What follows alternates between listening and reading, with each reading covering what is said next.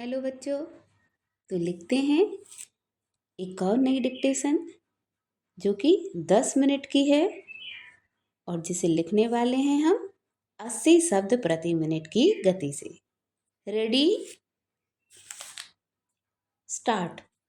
अक्षय तृतीया आते ही बाजार सोने की चमक से भर जाते हैं। दुकानों पर भारी भीड़ उमड़ती है। हमें लगता है कि सोना खरीदकर हमने अपनी जिम्मेदारी पूरी कर ली।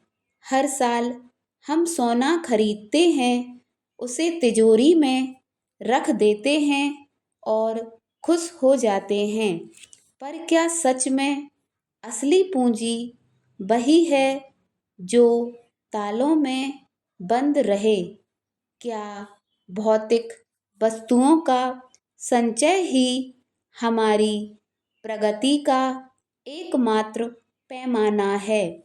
हम अक्सर भूल जाते हैं कि अक्षय का अर्थ वह है जिसका क्षय ना हो, पर समय की धूल तो स्वर्ण की चमक को भी धुंधला कर देती है। वास्तव में संचय की यह प्रवृत्ति हमें असुरक्षा के घेरे में बांध देती है, जबकि पूर्व का मूल उद्देश्य विस्तार और नई शुरुआत है। इस बार परंपरा को नए ढंग से निभाते हैं, कुछ ऐसा अपनाते हैं जो हमेशा हमारे साथ रहे।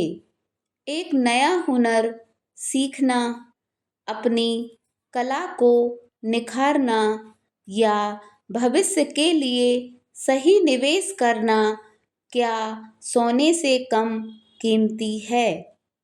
अपनी सेहत के लिए एक ठोस संकल्प लेना भी बहुत बड़ी उपलब्धि है। अपने भीतर की रचनात्मकता को जागृत करना ही वास्तविक श्री की प्राप्ति है।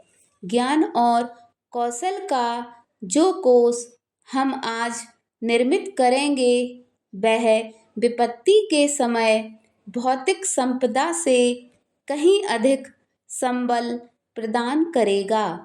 वैचारिक स्पष्टता और मानसिक शांति वह आभूषण है जिन्हें ना कोई चुरा सकता है और ना ही जिनका मूल्य घटता है।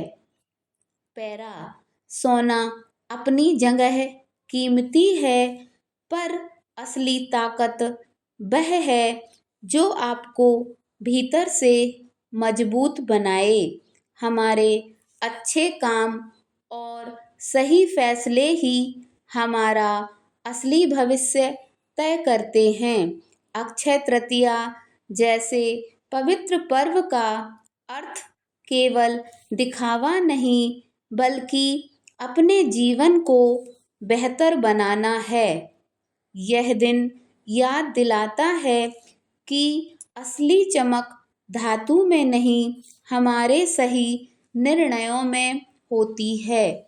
इस मुहूर्त पर बाजारवाद के शोर से निकलकर आत्ममंथन की मौन गलियों में चलना ही श्रेष्ठ है। जब तक हम अपने चरित्र और चिंतन को स्वर्ण जैसा शुद्ध नहीं बनाते, तब तक तिजोरियों का वजन बढ़ाना व्यर्थ है। तो इस बार गहनों के साथ एक संकल्प भी लीजिए, एक ऐसा वादा जो आपको हर दिन बेहतर बनाए और समय के साथ जिसकी चमक बढ़ती ही जाए। अक्षय तृतीया का अर्थ ही है अविनाशी। धार्मिक मान्यताओं के अनुसार यह भगवान विष्णु के छठे अवतार भगवान परशुराम का जन्मोत्सव भी है।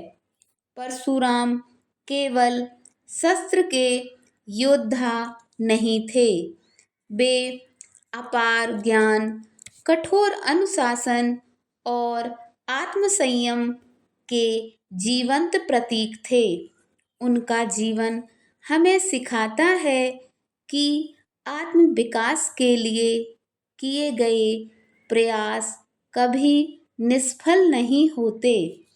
एक कथा के अनुसार परशुराम ने भगवान शिव से शस्त्र विद्या प्राप्त करने के लिए वर्षों कठिन तप और अभ्यास किया। उनकी इसी निष्ठा से प्रसन्न होकर महादेव ने उन्हें परशु प्रदान किया, जो उनकी शक्ति का आधार बना। यहाँ संदेश स्पष्ट है, प्रतिभा केवल जन्मजात नहीं होती, वह निरंतर अभ्यास और धैर्य से निखरती है। इस अक्षय तृतीया पर यदि आप भी संगीत लेखन, योग या किसी तकनीकी कौशल को सीखने का संकल्प लें, तो यह आपके जीवन को एक नई गरिमामयी दिशा देगा। शास्त्रों में स्त्री को लक्ष्मी का रूप माना गया है। एक स्त्री जब अपने परिवार को प्रेम और समझदारी से सींचती है, तो वह साक्षात मंगलकारी शक्ति बन जाती है। स्त्री परिवार की वह धुरी है जिसके आसपास हर रिश्ता सुरक्षित महसूस करता है। नारी की ऊर्जा में वह अदम्य साहस है जो बड़ी से बड़ी बाधा को पार कर सकती है। जब एक महिला शिक्षित और दीक्षित होती है, तो वह केवल अपना नहीं बल्कि पूरे कुल का भविष्य संवारती है। आपका आत्मविश्वास ही आपका सबसे अनमोल आभूषण है। इस पर्व पर अपने विचारों में सामंजस्य स्थापित करें और सकारात्मकता का वर्ण करें। जब आप भीतर से सशक्त होंगी, तो सुख और समृद्धि स्वतः आपके द्वार पर दस्तक देंगी। एक माँ अपने बच्चों की प्रथम और सबसे प्रभावशाली गुरु होती है। बच्चे वही आत्मसात करते हैं जो वे अपनी माँ को करते हुए देखते हैं। सीखने की कोई आयु नहीं होती। जब आप स्वयं को नई सूचनाओं, साहित्य और अनुभवों से समृद्ध करती हैं, तो परिवार में जिज्ञासा और विकास का वातावरण निर्मित होता है।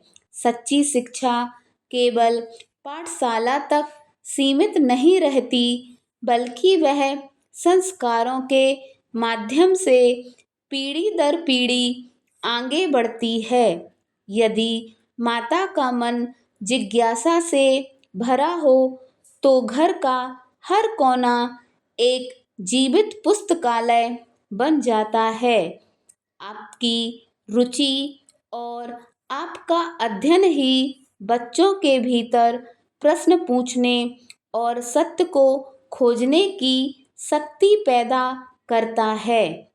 महाभारत काल में पांडवों के पास एक अक्षय पात्र था, जिससे भोजन कभी समाप्त नहीं होता था।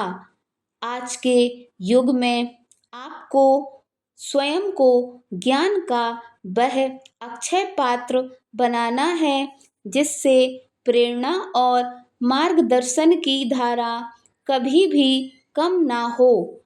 अपनी क्षमताओं को सीमित ना करें। नई कलाएं सीखें और वैचारिक रूप से बढ़ती रहें। स्टॉप।